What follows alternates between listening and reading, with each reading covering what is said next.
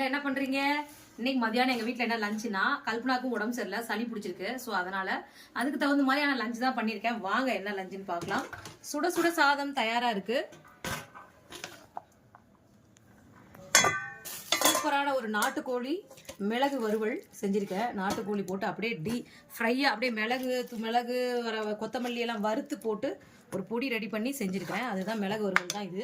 ஆனால் ஒரு மிளகு ரசங்க, சூப்பராக மிளகு பூண்டு சீரகம் நல்லா கொத்தமல்லி தலை வரமிளகா எல்லாம் போட்டு நல்லா அரைச்சி விட்டு நல்லா மிளகு ரசம். இது வந்து கல்பனாக்கு சாப்பாடுங்க. கல்பனாக்கு சாப்பாடு போட்டாச்சு. இது எப்படி எடுத்து வச்சாங்க.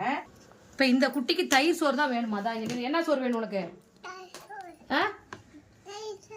தயிர் சோறு தான் சாப்பிடுவியா? கொஞ்சமா தயிர் விட்டு கொஞ்சமா நெய் விட்டு இந்த குட்டிக்கு வந்து சாப்பாடு நாங்கள் ரெடி பண்ணி தர. இதுதான் 2 பிள்ளைங்களுக்கும்